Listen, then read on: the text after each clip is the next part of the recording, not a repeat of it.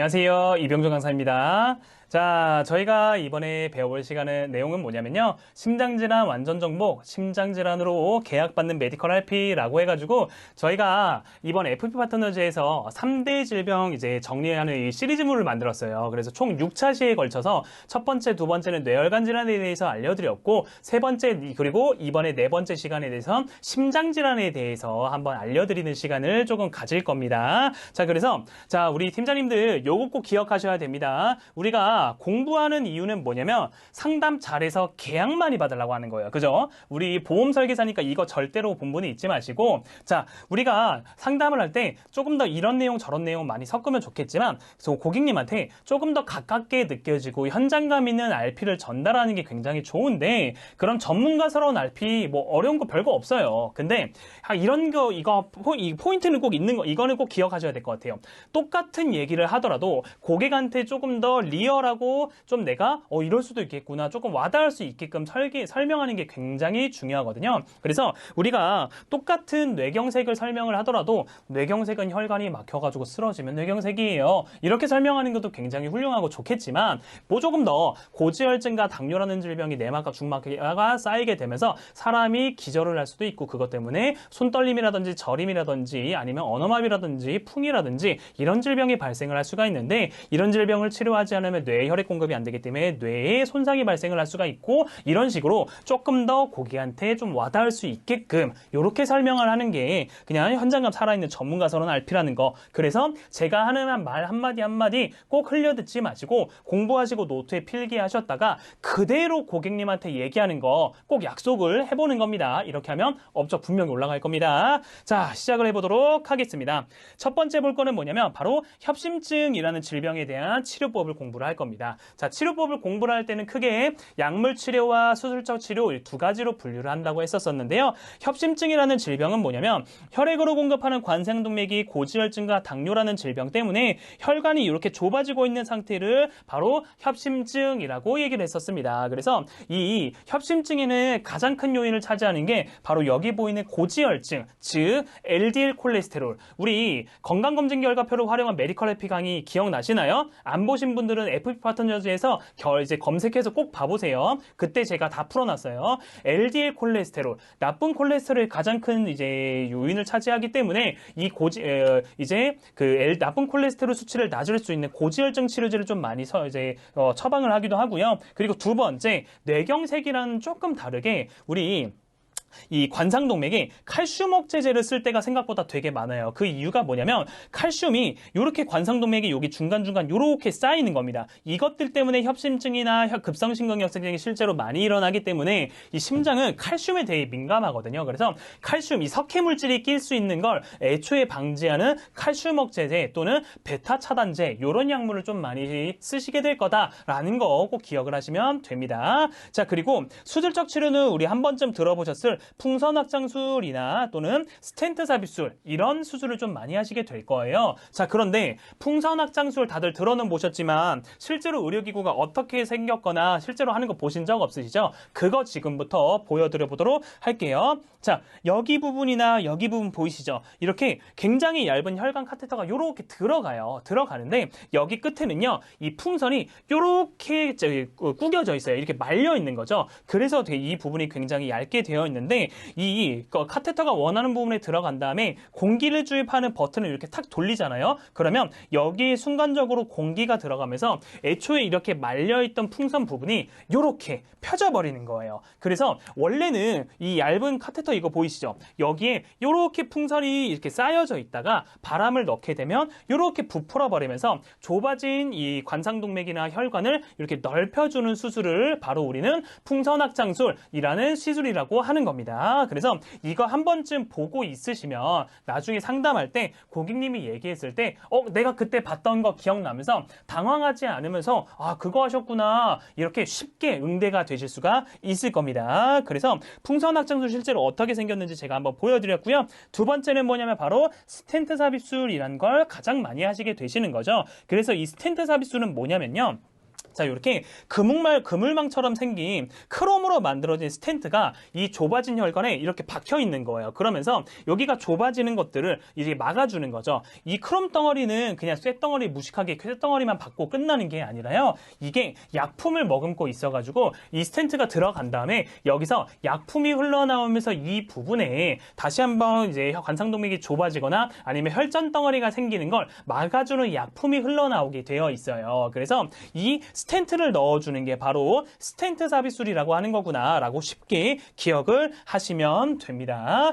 자, 그래서 우리는 지금 협심증에 대한 이제 수술적 치료를 한번 알아봤고요. 그리고 이번에 심근경색이라는 질병에 대한 치료법 무엇이 있는지 한번 같이 알아보는 겁니다. 자, 약물 치료는 똑같아요. 칼슘 억제제, 고지혈증 치료제 또는 베타 치료제라는 거를 이제 약물을 많이 사용을 하시게 되는데 그 중에 우리가 좀 주의 깊게 봐야 되는 거 뭐냐면 여기 보이는 혈전용의 술이라고 하는 겁니다. 그 이유가 뭐냐면 자, 혈전용의 술은 뭐냐면요. 혈전이나 아니면 혈관벽이 막혀있는 혈류를 열어주면서 혈액 공급이 안 되는 허혈 상태를 감소시켜주는 게 굉장히 중요한데 급성심근경색증 환자한테 말하는 겁니다. 그리고 이 혈관을 뚫어주는 재관류요법에는 혈전용해제 또는 이제 경피죠. 관상동맥 중재술이 있다라고 되어 있죠. 이게 뭐냐면 자, 혈전용해제는 이제 대표적으로 5가지 종류가 있는데 그 중에서 딱 3가지만 기억을 하시고 말할 수 있으면 굉장히 RP 힘이 실릴 겁니다. 자, 이 많은 주사들 중에서 알티플라제 또는 TPA 주사 또는 여기 보이는 유로키나제가 대표적으로 많이 쓰이게 됩니다. 자, 이거는 뭐냐면 이 심근경색 환자가 하고 쓰러지잖아요. 그러면 그때 사람들이 막 와가지고 막 심폐소생술을 하고 있으면 앰뷸런스가 오잖아요. 오자마자 뭘 하냐면 여기 혈관에 링겔 맞는 것처럼 이렇게 주사를 놔요. 그러면 이 약물이 우리가 생각하는 일반적인 강도의 약물이 아니에요. 심근경색이든 뇌경색이든 쓰러진 사람이 이걸 맞잖아요. 그러면 이게 바로 뻥 뚫려버려요. 그것처럼 우리 몸에 있는 혈액 자체를 완전히 세게 묽게 만들어주는 약품이다 라고 쉽게 생각을 하시면 되거든요. 그래서 이 약물을 함부로 남용을 남게 되면 사람은 이제 내가 뭐 어디가 찢어서 출혈이 발생을 하는 사람이 이거를 맞잖아요. 그러면 피가 멎지 않아서 과다출혈로 사망을 할 수가 있고요. 그래서 쉽게 사용되는 약물이 절대로 아니에요. 지금처럼 내가 이 약물을 지금 당장 맞지 않으면 이 심근경색 때문에 사망할 수 있는 분들이 맞는 강도 높은 약물이 바로 이 혈전용의 주사제라고 생각을 하시면 됩니다. 그래서 대표적으로 알티플라제, DPA 주사, 유로키나제 정도는 우리가 그래도 외우고 고객님한테 앞에서 혈전 이거 쓰러진 사람이 무조건 맞는 거야. 이런 설명 잘 하시는 거긴 한데 그것도 좋겠지만 심근경색 환자가 지금 혈전용의 주사를 맞지 않으면 사망을 할 수 있기 때문에 맞는 특이한 약품이 있는데 대표적으로 TPA 주사, 유로키나제 그리고 알티플라제라는 게 있다. 근데 이거 맞으면 웬만한 사람들은 다 살 수 있어. 그래서 우리가 내가 객살 확률이 있는 사람들은 내가 언제 맞을 수 있는 걸 인지하고 있는 정도의 약물이라고 보면 돼. 라고 이렇게 조금 더 전문가스러운 RP를 좀 해주면 우리는 좋겠죠. 자, 그래서 이 약물을 맞다가 만약에 안 되잖아요. 이게 언제 맞을 수 있는 거냐면 쓰러지고 나서 그 사건이 발생을 하잖아요. 이 발생한 시간으로부터 3시간 이내에 응급실에 의료인한테 도착을 하잖아요.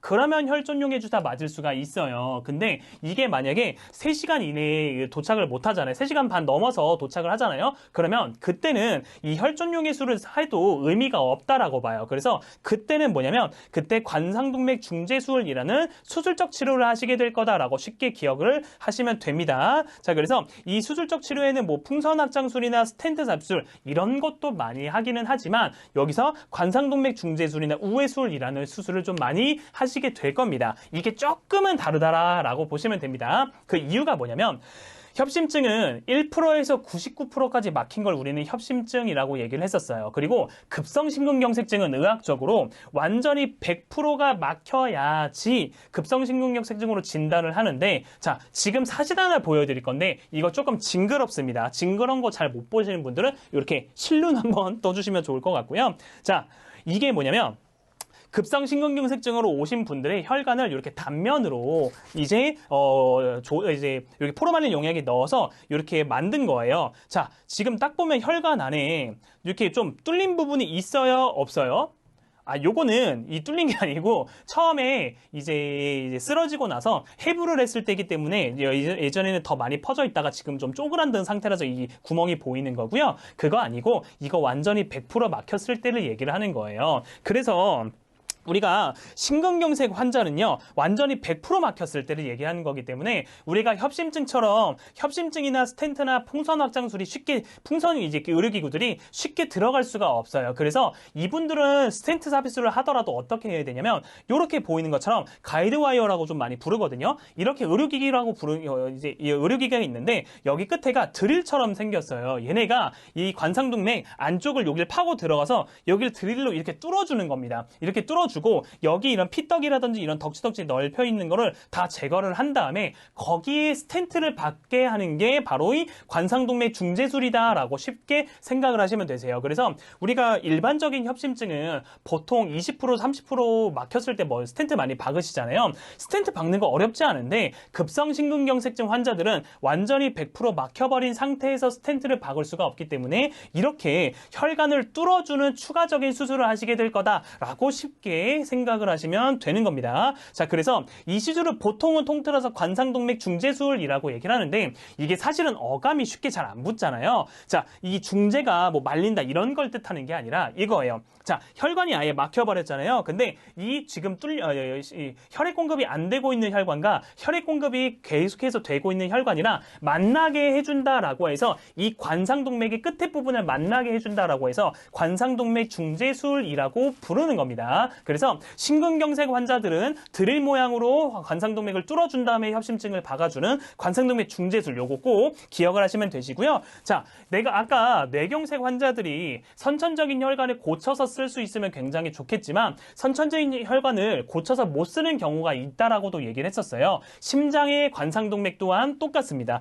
내가 고치더라도 혈액 공급이 원활하지 않을 거다라고 판단이 된다거나 또는 관상동맥이 사실 한 개가 아니거든요. 관상동맥이 뿌리는 세 개로 이루어져 있는데 이렇게 뿌리가 이루어져서 밑에 이렇게 두 개, 세 개로 또 갈라지거든요. 이런 걸 각이라고 부르는 건데 사실 각은 8개, 9개 정도 되거든요. 내가 하나가 막힌 사람들은 다른 각이, 다른 관상동맥이 또 막힐 확률이 크거든요. 그래서 내가 관상동맥이 3개 이상 모두가 막혀 있거나 또는 2개 이상의 혈관에서 이 혈류량이 공급량이 70% 이하로 떨어졌을 때는 내가 다른 혈관을 이렇게 이어가지고 아래쪽에 혈액 공급을 원활하게 할 수 있도록 혈관을 갖다 붙여서 이어주는 관상동맥 우회술이라는 수술을 조금 하실 수가 있어요. 자, 그런데 이 관상동맥 우회술이 왜 알고 계셔야 되냐면 우리 CI 보험에서 보험금을 지급하는 중대한 수술 중에 관상동맥 우회술이 있는 거 혹시 아시나요?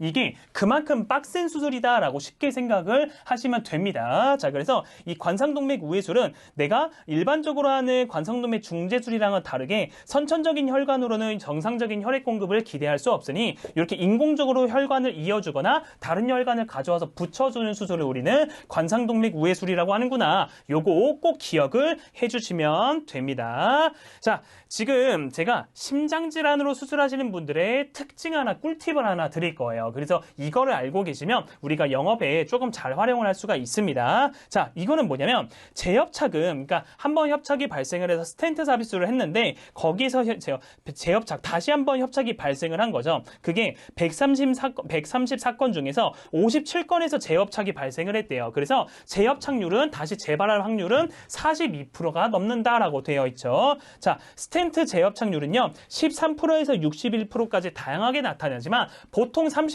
이상은 재협착이 대부분 많이 발생을 한다라고 되어 있죠. 이게 무슨 말이냐면 우리가 협심증이든 급성심근경색증이든 여기 크롬 덩어리를 넣는 스텐트 서비스를 하시는데 이게 평생 쓸 수 있는 게 아니에요. 얘가 시간이 지나면 주변에 있는 조직이랑 얘네들이 붙어버리면서 혈전 정원이라든지 아니면 이런 조직들을 이제 뭉쳐버리는 기능 저하를 일으킬 수가 있기 때문에 얘네는 시간이 지나면 다시 한번 기능을 좋은 걸로 갈아 껴줘야 되거든요. 그래서 그때마다 재수술을 하기도 하고요. 그리고 관상동맥이 보통 하나 막힌 분들보다 2개, 3개 막힌 분들이 조금 더 많거든요. 그래서 그때마다 수술을 또 재수술을 할 수가 있다라는 거다. 이렇게 쉽게 기억을 하시면 되십니다. 그래서 우리가 자, 심장질환이나 뇌질환의 이제 진단비나 수술비를 이제 설계를 해주실 때 진단비, 수술비 1000 이렇게 많이 넣으시잖아요. 그것도 굉장히 잘하신 설계인데 저는 개인적으로 뇌혈관 진단비 1000, 수술비 1000, 허혈성 심장질환 진단비 1000만 원과 심장질환 수술비를 2000이나 3000 이렇게 높여서 넣는 거예요. 왜냐면 이 얘기를 고객한테 직접 들려주시는 겁니다. 자, 뇌질환은요 실제로 전 세계 치료할 때 가이드라인이 뭐냐면 뇌질환으로 수술을 하게 되면 합병증이나 후유증 또는 사망이 실제로 많이 발생을 할 수 있기 때문에 전 세계적으로 머리는 여는 대수술을 하기 전에 약물 치료를 먼저 선행 치료를 해라. 이게 전 세계 공통 가이드라인이에요. 근데 심장은 뭐냐면요. 이렇게 재수술을 많이 할 수 있기 때문에 그때마다 수술비를 받을 수 있는 수술비 특약이 조금 더 중요해진다라고 보시면 돼요. 그래서 선생님들한테 1000도 괜찮겠지만 1000 심장질환 수술비를 2000이나 3000 이렇게 넣어주면서 이렇게 넣어드리는 이 이유에 대해서 설명을 해주시잖아요. 그러면 고객들이 심장님이 말씀해주신 대로 지사장님이 말씀해주신 대로 보험 계약하겠습니다. 이렇게 말씀을 좀 하실 겁니다. 그리고 한 가지 더 팁을 드리자면 심장에서 발생할 수 있는 모든 질병으로 수술을 했을 때 수술비를 다 지급을 하는 심장질환 수술비 특약이 따로 있어요. 그래서 그 특약을 넣어서 설계를 해주시면 물론 보험료가 조금 나가요. 그거는 뭐 이제 부정맥으로 수술하시던 몰로 수술하시던 보험금이 다 지급이 되기 때문에 보험료가 조금 나가는 거 인지하시고 넣어서 설계를 해주시면 고객들한테 조금 더 유리하고 조금 더 보험금을 많이 받을 수 있는 좋은 설계가 완성이 되실 겁니다. 자, 그리고 마지막으로 볼 거는 바로 부정맥이라는 질병에 대해서 치료를 한번 볼 건데 부정맥으로 인한 수술은 대표적으로 많이 들어보시는 게 부전도로 절제술, 고주파열 치료, 뭐 선형절제술 여러 가지가 있는데 대표적으로 이 두 가지를 가장 많이 들으실 거예요. 그래서 이 두 가지는 무엇이냐면 자, 원래 부정맥이 심장이 혼자 뛸 수가 없기 때문에 전기 신호를 받으면서 심장이 뛰어야 되거든요. 근데 이 심장 안에 있는 전기 신호는요. 심장 심방 쪽에 있는 동방결절이라는 곳에서 전기 스파크를 탁 만들어요. 그러면 전도계를 통해서 전기줄을 통해서 이렇게 내려와서 심방과 심실 사이에 있는 방실결절의 전기 신호를 전달합니다. 그리고 여기에서 심실로 전기를 한 번 더 전달하는 전도계가 있어요. 그런데 원래 심장은 이렇게 동방결절에서 방실결절로 내려와서 전기 신호를 공급을 해야 되는데 이게 아니라 이 겉에 부분이 아니라 심방이랑 심실 사이에 심장 안쪽으로 바로 전기 신호를 전달하는 전도로가 있다는 게 확인이 되었다라는 겁니다. 그래서 원래 정상적인 전기 신호는 심장이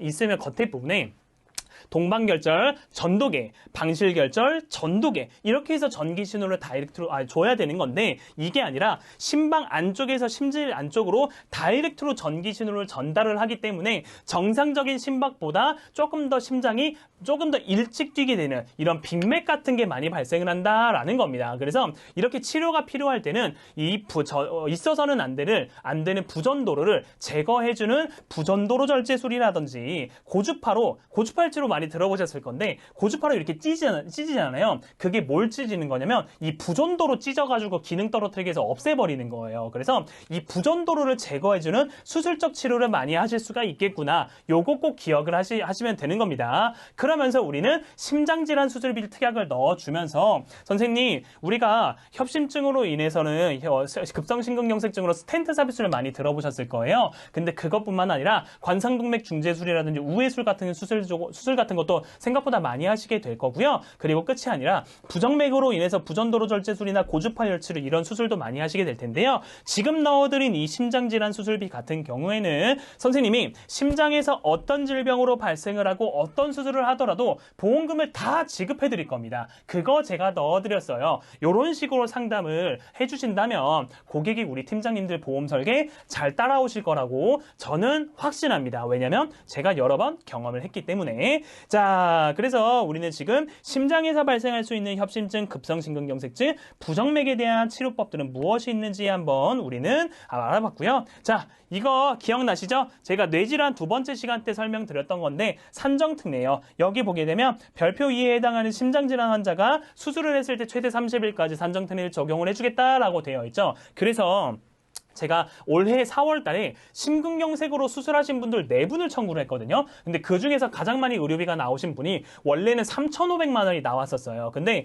그분이 수술을 하셨기 때문에 30일까지 이렇게 산정틀에 적용을 받을 수가 있잖아요. 그래서 그분이 급여 3,500 중에서 실제로 부담하신 비용이 500만 원밖에 되질 않아요. 물론 이제 95%를 지원받고 5%만 부담을 하면 되는데 왜 500만 원이냐? 그게 비급여가 조금 많으시더라고요. 그래서 500만 원을 부담하셨는데 실제로 이분은 스텐트 서비스를 했음에도 대수술을 했음에도 불구하고 실제로 부담하신 비용은 500만 원이 조금 넘었었다. 요거 꼭 기억을 해주시면서 산정특례 얘기를 해주면서 우리가 1,000, 3,000 요거 꼭 기억을 해주시면 좋을 것 같습니다. 그리고 여기에 이어서 추가적인 암적인 내용도 알고 계셔야 되는 건데 이 내용은 제가 5차 시랑 6차 시에 이어서 풀어드려 보도록 하겠습니다. 그리고 마지막으로 한 가지 더 2018년 7월 1일부터 3차 병원과 종합병원 그리고 2017년이 아니라 2018년입니다. 그리고 2019년 7월 1일부터 동네 2차 병원까지 기준 병실은 2인실로 확대가 됐다. 그래서 협심증으로 수술을 하실 때 굳이 6인실까지 입원하지 않으시고 2인실이나 3인실을 이용하셔도 정상적으로 건보 적용되니까 그때는 실비 청구가 가능하실 겁니다. 그래서 일부러 다 이제 병원비가 부담이 돼서 다인실 이용하실 필요가 없다라는 것까지 챙겨준다면 고객의 입장에서 우리 팀장님들은 진짜로 찐 보험 전문가가 되어 있으실 겁니다. 자, 그래서 4번째 시간 제가 준비한 내용은 여기까지고요. 우리 지금 벌써 4차시 공부했거든요. 물론 이 심장질환 쪽으로 바로 들어오신 분들은요. 1차시, 2차시 내용을 조금 듣고 오시게 되면 지금 혹시라도 이해가 조금이라도 안 되는 부분이 있다면 이해해 주시는데 조금 더 도움이 되실 거고요. 제가 다음번에는 암이라는 주제를 가지고 실제로 할 수 있는 우리 환자들이 겪는 고충과 병환과 그리고 이거를 우리가 RP를 어떻게 녹여서 조금 더 현장감이 살아있고 전문가스러운 RP를 할 수 있는지를 들려보도록 하겠습니다. 자, 이번 시간에 준비한 내용은 여기까지고요. 그럼 다음 시간에 뵙도록 하겠습니다. 감사합니다.